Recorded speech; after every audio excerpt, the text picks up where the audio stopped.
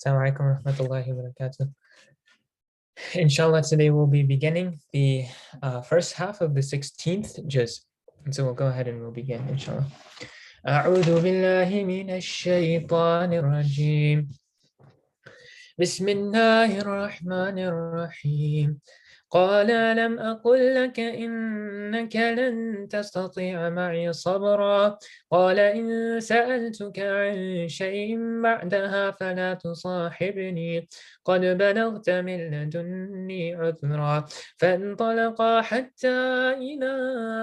أتيا أهل قرية استطعما أهلها فأبوا أن يضيفوهما فوجدا فيها جدارا يريد أن ينقض فأقامه قال لو شئت لاتخذت عليه أجرا قال هذا فراق بيني وبينك سأنبئك بتأويل ما لم تستطع عليه صبرا أما السفينة فكانت لمساكين يعملون في البحر فأردت أن أعيبها وكان وراءهم ملك يأخذ كل سفينة غصبا وأما الغلام فكان أبواه مؤمنين فخشينا أن يرهقهما طغيانا وكفرا فأردنا أن يبدلهما ربهما خيرا منه زكاة وأقرب رحما وأما الجدار فكان لغلامين يتيمين في المدينة وكان تحته كنز لهما وكان أبوهما صالحا فأراد ربك أن يبلغا أشدهما ويستخرجا كنزهما رحمة من ربك وما فعلته عن أمري ذلك تأويل ما لم تسطع عليه صبرا ويسألونك عن ذي القرنين قل سأتلو عليكم منه ذكرا إنا مكنا له في الأرض وآتيناه من كل شيء سببا فأتبع سببا حتى إذا بلغ مغرب الشمس وجدها تغرب في عين حمئة ووجد عندها قوما قلنا يا ذا القرنين إما أن تعذب وإما أن تتخذ فيهم حسنا قال أما من ظلم فسوف نعذبه ثم يرد إلى ربه فيعذبه عذابا نكرا وأما من آمن وعمل صالحا فله جزاء الحسنى وسنقول له من أمرنا يسرا ثم أتبع سببا حتى إذا بلغ مطلع الشمس وجدها تطلع على قوم لم نجعل لهم من دونها سترا كذلك وقد أحطنا بما لديه خبرا ثم أتبع سببا حتى إذا بلغ بين السدين وجد من دونهما قوما لا يكادون يفقهون قولا قالوا يا ذا القرنين إن يأجوج ومأجوج مفسدون في الأرض فهل نجعل لك خرجا على أن تجعل بيننا وبينهم سدا قال ما مكني فيه ربي خير فأعينوني بقوة أجعل بينكم وبينهم ردما آتوني زبر الحديد حتى إذا ساوى بين الصدفين قال انفخوا حتى إذا جعله نارا قال آتوني أفرغ عليه قطرا فما استطاعوا أن يظهروه وما استطاعوا له نقبا قال هذا رحمة من ربي فإذا جاء وعد ربي جعله دكا وكان وعد ربي حقا وتركنا بعضهم يومئذ يموج في بعض ونفخ في الصور فجمعناهم جمعا وعرضنا جهنم يومئذ للكافرين عرضا الذين كانت أعينهم في غطاء عن ذكري وكانوا لا يستطيعون سمعا أفحسب الذين كفروا أن يتخذوا عبادي من دوني أولياء إنا أعتدنا جهنم للكافرين نزلا قل هل ننبئكم بالأخسرين أعمالا الذين ضل سعيهم في الحياة الدنيا وهم يحسبون أنهم يحسنون صنعا أولئك الذين كفروا بآيات ربهم ولقائه فحبطت أعمالهم فلا نقيم لهم يوم القيامة وزنا ذلك جزاؤهم جهنم بما كفروا واتخذوا آياتي ورسلي هزوا إن الذين آمنوا وعملوا الصالحات كانت لهم جنات الفردوس نزلا خالدين فيها لا يبغون عنها حولا قل لو كان البحر مدادا لكلمات ربي لنفد البحر قبل أن تنفد كلمات ربي ولو جئنا بمثله مددا قل إنما أنا بشر مثلكم يوحى إلي أنما إلهكم إله واحد فمن كان يرجو لقاء ربه فليعمل عملا صالحا ولا يشرك بعبادة ربه أحدا بسم الله الرحمن الرحيم كافها يا عين صاد ذكر رحمة ربك عبده زكريا إذ نادى ربه نداء خفيا قال رب إني وهن العظم مني واشتعل الرأس شيبا ولم أكن بدعائك رب شقيا وإني خفت الموالي من ورائي وكانت امرأتي عاقرا فهب لي من لدنك وليا يرثني ويرث من آل يعقوب واجعله رب رضيا يا زكريا إنا نبشرك بغلام اسمه يحيى لم نجعل له من قبل سميا قال رب أنى يكون لي غلام وكانت امرأتي عاقرا وقد بلغت من الكبر عتيا قال كذلك قال ربك هو علي هين وقد خلقتك من قبل ولم تك شيئا قال رب اجعل لي آية قال آيتك ألا تكلم الناس 3 ليال سويا فخرج على قومه من المحراب فأوحى إليهم أن سبحوه بكرة وعشيا يا يحيى خذ الكتاب بقوة وآتيناه الحكم صبيا وحنانا من لدنا وزكاة وكان تقيا وبرا بوالديه ولم يكن جبارا عصيا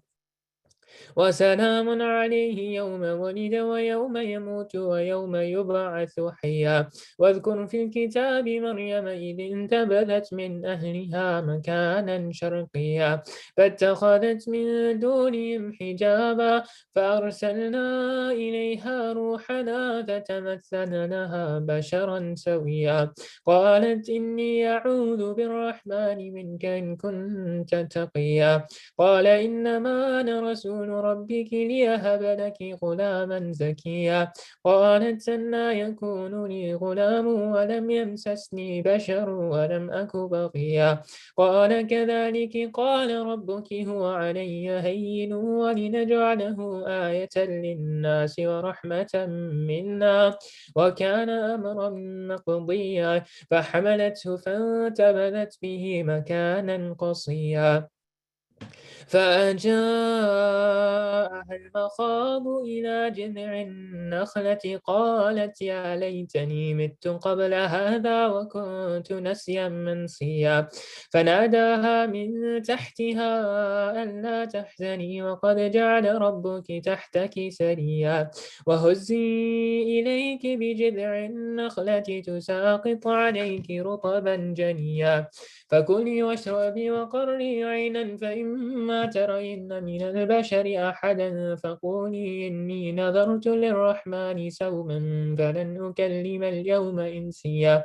فأتت به قومها تحمله قالوا يا مريم لقد جئت شيئا فريا يا أخت هارون ما كان أبوك امرأ سوء وما كانت أمك بغيا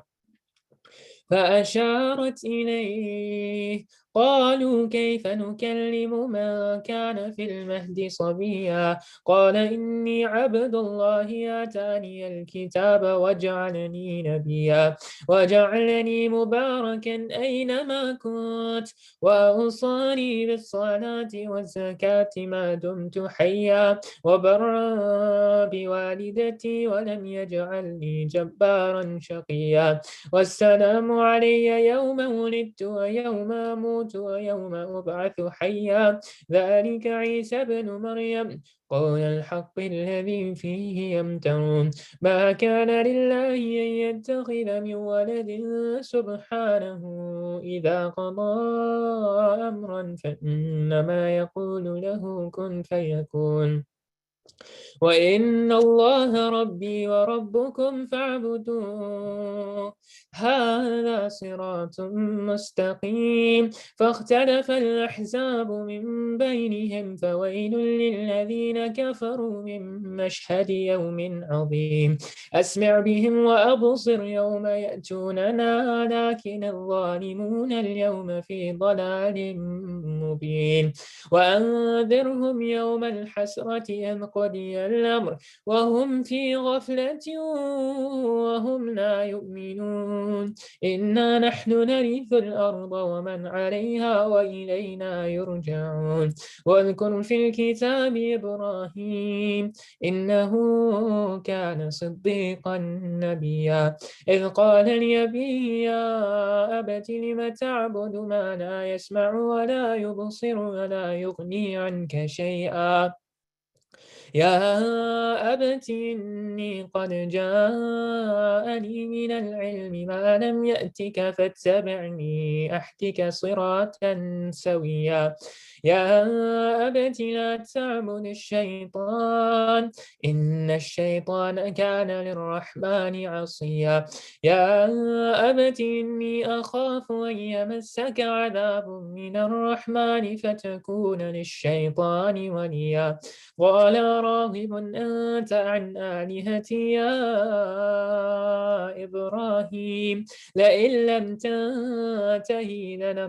لأرجمنك واهجرني مليا قال سلام عليك سأستغفر لك ربي إنه كان بي حفيا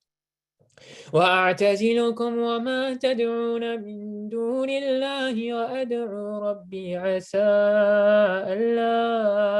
أكون بدعاء ربي شقيا فلما اعتزلهم وما يعبدون من دون الله وهبنا له إسحاق ويعقوب وكلا جعلنا نبيا ووهبنا لهم من رحمتنا وجعلنا لهم لسان صدق عليا واذكر في الكتاب موسى إنه كان مخلصا وكان رسولا نبيا وناديناه من جانب الطور الأيمن وقربناه نجيا ووهبنا له من رحمتنا أخاه هارون نبيا واذكر في الكتاب إسماعيل إنه كان صادق الوعد وكان رسولا نبيا وكان يأمر أهله بالصلاة والزكاة وكان عند ربه مرضيا واذكر في الكتاب إدريس إدريس إنه كان صديقا نبيا ورفعناه مكانا عليا أولئك الذين أنعم الله عليهم من النبيين من ذرية آدم وممن حملنا مع نوح ومن ذرية إبراهيم وإسرائيل وممن هدينا واجتبينا إذا تتلى عليهم آيات الرحمن خروا سجدا وبكيا. Inshallah, we'll do a sajda and we'll continue.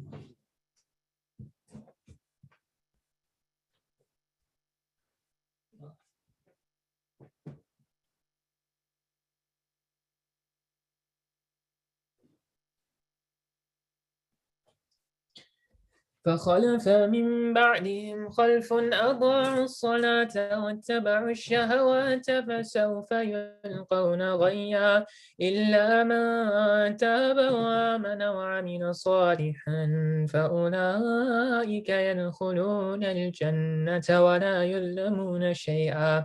جنات عدن التي وعد الرحمن عباده بالغيب إنه كان وعده مأتيا لا يسمعون فيها لغوا إلا سلاما ولهم رزقهم فيها بكرة وعشيا تلك الجنة التي نورث من عبادنا من كان تقيا وما نتنزل إلا بأمر ربك له ما بين أيدينا وما خلفنا وما بين ذلك وما كان ربك نسيا رب السماوات والأرض وما بينهما فاعبده واصطبر لعبادته هل تعلم له سميا ويقول الإنسان وإذا ما مت لسوف أخرج حيا أولا يذكر الإنسان أنا خلقناه من قبل ولم يك شيئا فوربك لنحشرنهم والشياطين ثم لنحضرنهم حول جهنم جثيا ثم لننزعن من كل شيعة أيهم أشد على الرحمن عتيا ثم لنحن أعلم بالذين هم أولى بها صليا وإن منكم إلا واردها كان على ربك حتما مقضيا ثم ننجي الذين اتقوا ونذر الظالمين فيها جثيا وإذا تتلى عليهم آياتنا بينات قال الذين كفروا للذين آمنوا أي الفريقين خير مقاما وأحسن نتيا وكم أهلكنا قبلهم من قرن هم أحسن أثاثا ورئيا قل من كان في الضلالة فليمدد له الرحمن مدا حتى إذا رأوا ما يوعدون إما العذاب وإما الساعة فسيعلمون من هو شر مكانا وأضعف جندا ويزيد الله الذين اهتدوا هدى والباقيات الصالحات خير عند ربك ثوابا وخير مردا أفرأيت الذي كفر بآياتنا وقال لأوتين مالا وولدا أطلع الغيب أم اتخذ عند الرحمن عهدا كلا سنكتب ما يقول ونمد له من العذاب مدا ونرثه ما يقول ويأتينا فردا واتخذوا من دون الله آلهة ليكونوا لهم عزا كلا سيكفرون بعبادتهم ويكونون عليهم ضدا ألم تر أنا أرسلنا الشياطين على الكافرين تؤزهم أزا فلا تعجل عليهم إنما نعد لهم عدا يوم نحشر المتقين إلى الرحمن وفدا ونسوق المجرمين إلى جهنم وردا لا يملكون الشفاعة إلا من اتخذ عند الرحمن عهدا وقال اتخذ الرحمن ولدا لقد جئتم شيئا إدا تكاد السماوات يتفطرن منه وتنشق الأرض وتخر الجبال هدا أن دعوا للرحمن ولدا وما ينبغي للرحمن أن يتخذ ولدا إن كل من في السماوات والأرض إلا آتي الرحمن عبدا لقد أحصاهم وعدهم عدا وكلهم آتيه يوم القيامة فردا إن الذين آمنوا وعملوا الصالحات سيجعل لهم الرحمن ودا فإنما يسرناه بلسانك لتبشر به المتقين وتنذر به قوما لدا وكم أهلكنا قبلهم من قرن هل تحس منهم من أحد أو تسمع لهم ركزا صدق الله العظيم. بسم الله والحمد لله والصلاة والسلام على رسول الله اللهم صل على سيدنا محمد وعلى آل سيدنا محمد وبارك وسلم سبحانك لا علم لنا إلا ما علمتنا إنك أنت العليم الحكيم. So alhamdulillah, we just finished the recitation of the first half of the 16th juz. And this juz happens to be one of my favorite, particularly because of Surah Maryam. And for a lot of people who have a habit, right, of being able to read the Quran and to reflect on it, Surah Maryam happens to be one of those surahs that is a lot of people's connection to the Quran. Right? When you look at people who have converted to Islam, a lot of them did so after reading this chapter on Surah Maryam. And for many reasons, a few of which we'll get into. But that aside, Surah Maryam actually happens to be one of the surahs that re-emphasizes this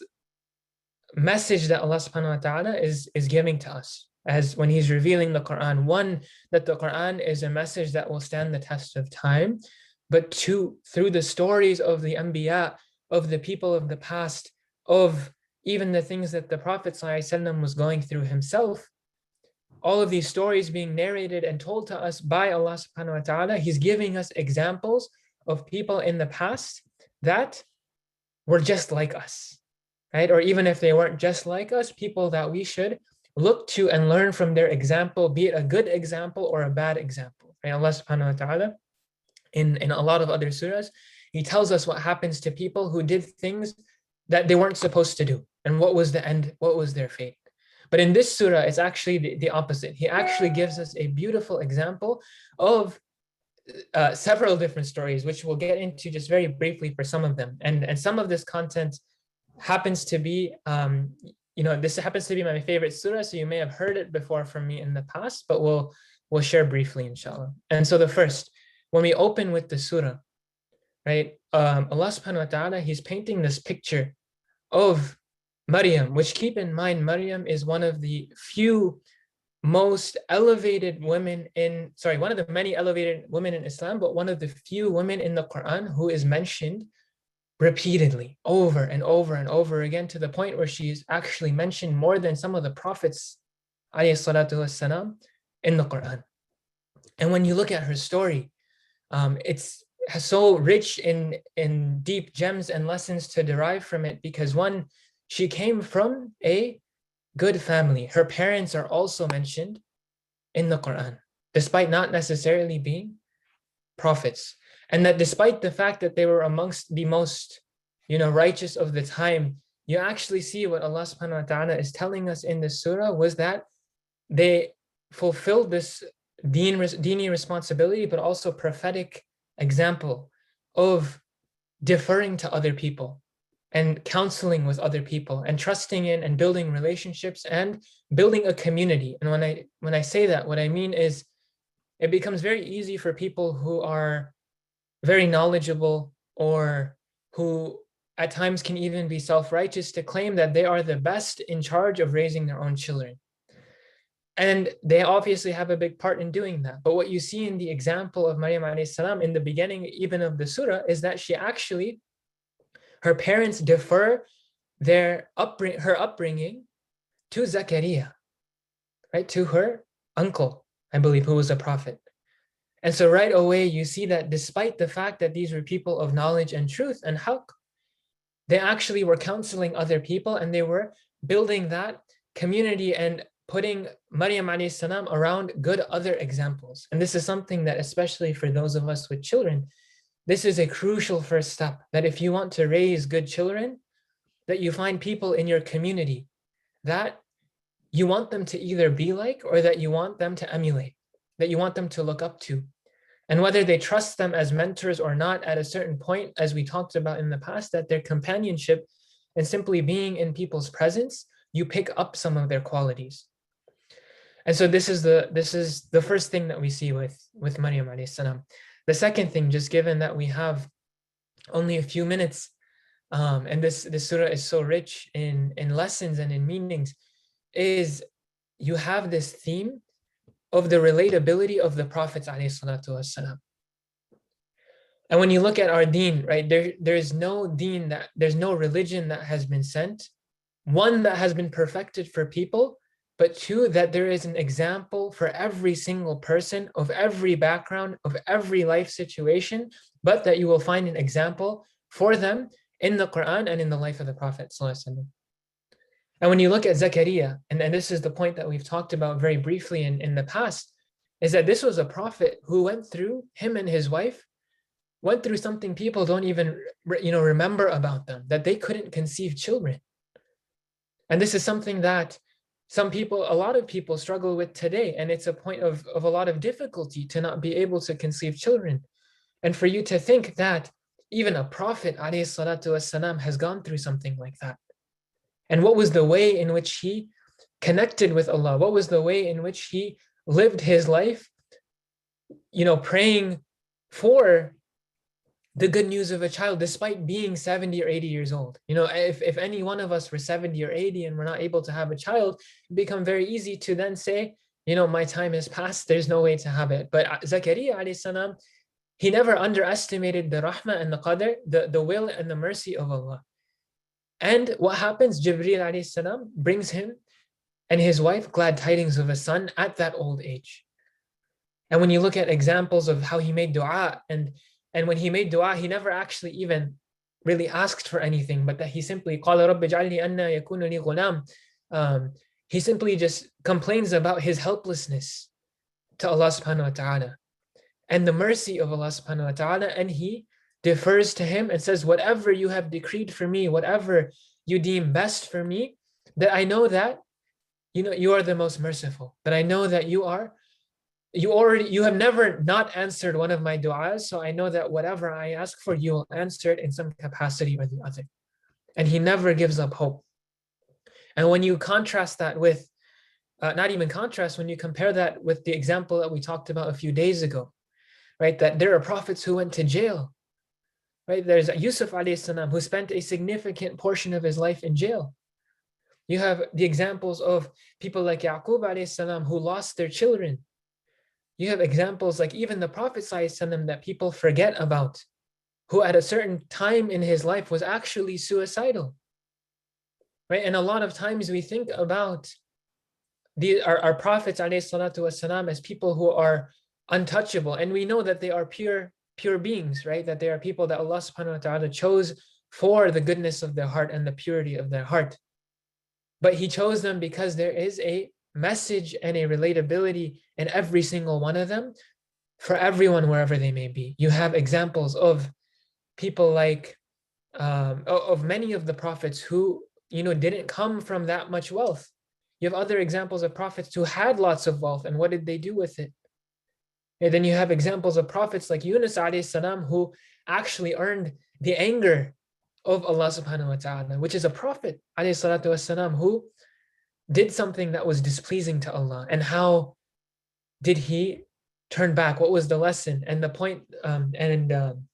despite being somebody who made a mistake, who turned back on the people when he wasn't supposed to turn back, that Allah subhanahu wa ta'ala, one of his du'as was so beloved to him that not only did he save him from the belly of the whale, but he memorializes this du'a and gives it to the rest of humanity. Right? La ilaha illa anta subhanaka inni kuntu min adh-dhalimin. That we see this prophetic example of a prophet who commits a wrong. And when we make mistakes, when we do things, that we don't point fingers at other people, but simply, it's as simple as going to Allah subhanahu wa ta'ala and saying, La ilaha illa ant, that you are, the one and only, subhanaka inni kuntu min adh-dhalimin, that all praises you, and I am of one of the peoples that has made a mistake. When you make a mistake, sometimes with people, you have to sometimes keep going and going, at times for even years before they forgive you. And then sometimes you have to, host them for a meal, you have to give them gifts, and you have to do all these things to erase that feeling of being hurt from them. And for Allah subhanahu wa ta'ala, it's very simple, that you simply turn to him. Right? Tawbah is simply turning to him, and that you acknowledge you're wrong, and that's it. Allah subhanahu wa ta'ala already forgives you. And the ulama say that tawbah, right, comes from the word taba, that means turning to. And so they say that when you actually you're inspired to turn to Allah subhanahu wa ta'ala and to actually ask for forgiveness and even cry for forgiveness in the midst and the depths of the night, that you're only doing so because he is the one who inspired you to turn to him. So how can he not forgive you? And so we ask Allah subhanahu wa ta'ala to allow us to reflect on these stories of our beautiful Anbiya alayhi salatu wassalam, and to learn from their lives and their examples, and to be people of tawbah and people of constant reflection, tadabbur and tafakkur, and of constant being in a habit of constant adhkar and istighfar. Subhana rabbika rabbil izzati amma yasifun, wa salamun ala al-mursalin, walhamdulillahi rabbil alameen. Jazakallah khair everyone for joining. Inshallah, tomorrow, as we mentioned, we'll be beginning 20 minutes later. So we'll start at 8:50 Central and 9:50 Eastern, inshallah. And so we'll see everyone then. Assalamu alaikum.